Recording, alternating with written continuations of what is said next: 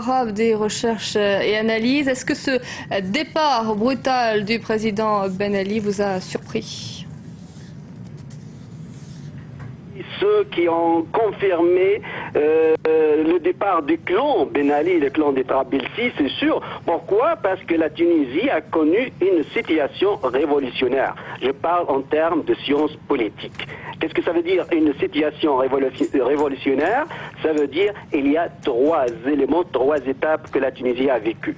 Premièrement, la fermeture du système politique continu a conduit à la radicalisation de l'opposition. L'opposition, la mouvance populaire ne cherche plus des réformes, mais cherche le départ de la personne du président et du clan de Trabelsi. Deuxième élément dans cette situation révolutionnaire, ce sont les divisions au sein des élites au pouvoir.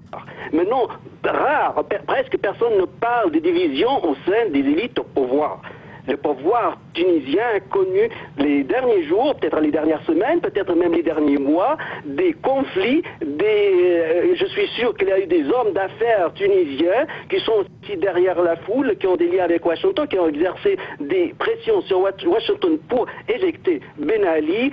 C'est sûr qu'il y a eu des conflits au sein des généraux, au sein des appareils sécuritaires. Il y a eu, aujourd'hui, il y a eu ceux qui ont commencé à quitter le navire, à quitter le bateau, la démission de l'ambassadeur tunisien à l'UNESCO à Paris. Il y a des chefs du RCD qui commençaient aujourd'hui, même avant le départ de Ben Ali, de critiquer le clan Trabelsi, de critiquer Ben Ali. Donc il y a eu les divisions au sein des élites au pouvoir. Troisième élément qui est déterminant, c'est la neutralisation ou la trahison de l'armée vis-à-vis du président. Bon, ce qu'on a eu, c'est relativement à la neutralisation de l'armée. L'armée tunisienne parfois a protégé, ou souvent a protégé même les manifestants, ce qu'on a vu à Sfax, ce qu'on a vu à Bouzid. Plusieurs foules ont crié « Vive les militaires, vive l'armée ». Elle aurait dû prendre le pouvoir temporairement pour régner la stabilité, parce qu'il faut un message fort et clair qu'il y a une rupture avec des élites que la population ne veut plus les voir. Une rupture, certes, mais après plus de 20 ans de domination du clan Ben Ali, est-ce qu'il y a une opposition qui est prête à reconstruire le pays? Malheureusement, pas. Malheureusement, il n'y a pas il y a un vide total. Il a laissé un vide total parce qu'il a une politique permanente et continue afin d'éliminer toute opposition réelle, toute opposition forte. Il y a eu tout d'abord aux années 90 l'élimination des islamistes. Bon, il faut le confirmer, la majorité presque des chefs de l'opposition de gauche, démocrates, libéraux, socialistes ou nationalistes arabes étaient implicitement avec Ben Ali afin d'éliminer le danger intégriste. Donc là, il y a eu un consensus implicitement, mais après, il n'a pas compris, il a commencé à éliminer tout le monde, à réduire toute l'opposition.